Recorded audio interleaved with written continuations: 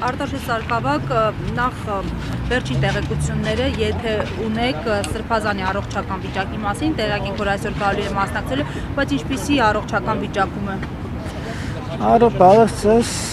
Առողջական վիճակը նորմալ է, բուժումները շարունակվում են, ընթացքի մեջ է,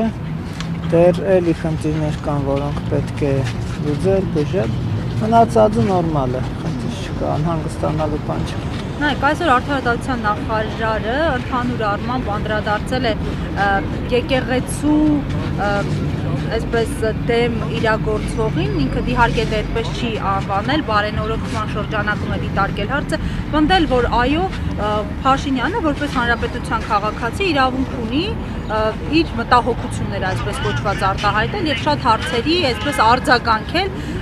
դուք որպես հոգեվորական, որպես ծառայող եկեղեցու, ինչպես եք վերաբերում այս հայտարարությունների Փաշինյանի այս ակտիվությանը եկեղեցու ուղղությամբ։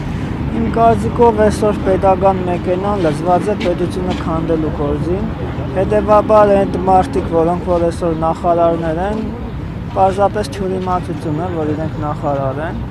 ու իրենք ոտնահարում են սահմանադրությունը, որն որ մեր երկրի պետականության հիմքն է։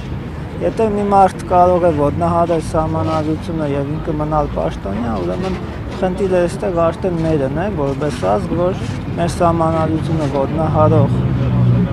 մարդիկ դեռ մնում են պաշտոններում, են էլ բարձրագույն պաշտոններում, նախարար, վարչապետ եւ այլն։